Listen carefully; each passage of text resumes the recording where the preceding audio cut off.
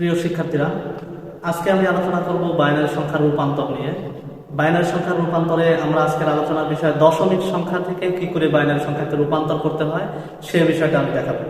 তো আমি প্রথমত এই দুইটা রাশি লিখে রেখেছি, এই দুইটা ভালো করে বুঝলে তোমরা বাকি সবগুলোই পাবে ইনশাআল্লাহ। তো চলো দেখি কিভাবে দশমিক সংখ্যা থেকে বাইনারি সংখ্যা রূপান্তর করতে হয়। তো প্রথমে 1 নম্বরে আমি লিখে রেখেছি যে 29 10 ভিত্তিক সংখ্যা 29।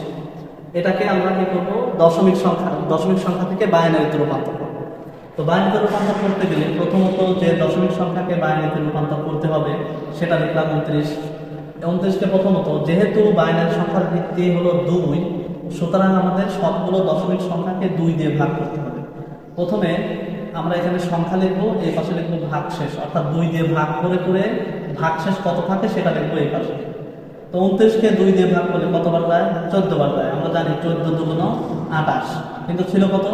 29 ছিল 29, আমাদের 14 দুগুণ 28 হয়েছে। তাহলে ভাগ বাসে কত? 29 থেকে 28 বাদ দিলে ভাগশেষ থাকবে 1। একটা বিষয় মনে রাখতে হবে, প্রথমে যে সংখ্যাটা থাকবে এই সোজা কোনো সংখ্যা দেখা যাবে না, এই সোজা ভাগশেষ থাকবে, এই প্রথম সোজা অবশিষ্ট থাকবে থাকবে তারপরে যেখানে ভাগফল থাকবে ওই সোজা থাকবে, যাতে এখানে খেয়াল করো যে 14 দুগুণ 28 আর এই ভাগশেষ 1, এটা যোগ করলে যাতে উপরেরটা ফিরে আসে। 14 দুগুণ 28 আর এই ভাগশেষ 1, এইগুলা যোগ করে এই 14 দুগুণ 28 এর ভাগশেষ 1 যোগ করে যেন এই উপরেরটা ফিরে আসে, সেই জন্য এই ভাগশেষটা লিখতে হবে এই সোজা। এরপরে অবশ্য 14কে যদি আমরা 2 দিয়ে ভাগ করি, 14-র মধ্যে 2 যায় 7 বার, তাহলে 7 দুগুণ 14 মিলে গেল, আর তো অবশিষ্ট নাই, তার মানে ভাগশেষ থাকে 0, নিঃশেষে বিভাজ্য।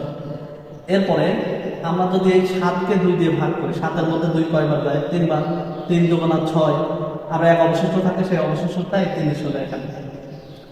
এরপরে 3-এর মধ্যে 2 কয়বার যায়? 3-এর মধ্যে 2 যায় একবার, 2-1-কে 2, এই 2-1-কে 2 আর এই 1 যোগ করে 3 ফিরে আসবে, তাহলে 2-1-কে 2 থাকে, 3 থেকে 2 বাদ দিলে অবশিষ্ট 1।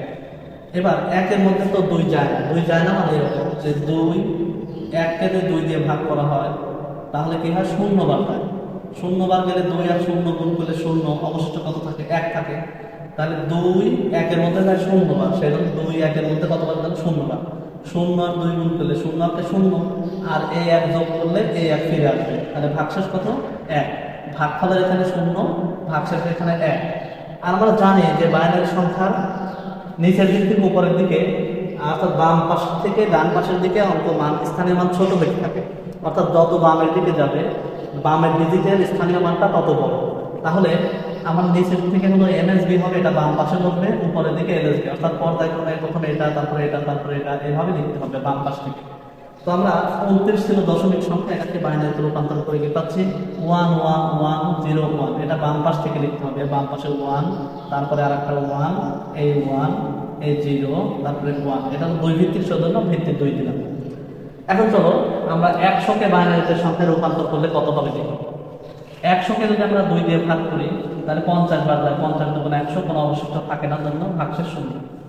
আবার 50কে যদি 2 দিয়ে ভাগ করি তাহলে 25 বার যায়, 25 দুগুণ 50, পূর্ণ সংখ্যা নিঃশেষে বিভাজ্য, সেক্ষেত্রে কোনো ভাগশেষ থাকে না, 0।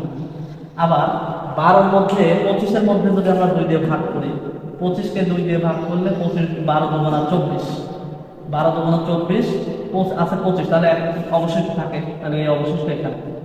এখন 12কে যদি 2 দিয়ে ভাগ করি, 12-র মধ্যে 2 কয়বার যায়? 6 বার যায়, 6 দুগুণ 12, তাহলে মিলে গেল 12, আর কোনো অবশিষ্ট থাকে না, জন্য ভাগশেষ 0। 6কে 2 দিয়ে ভাগ করলে 3 দুগুণ 6, 3 দুগুণ 6 মানে মিলে গেল 6, অবশিষ্ট থাকে না, 0।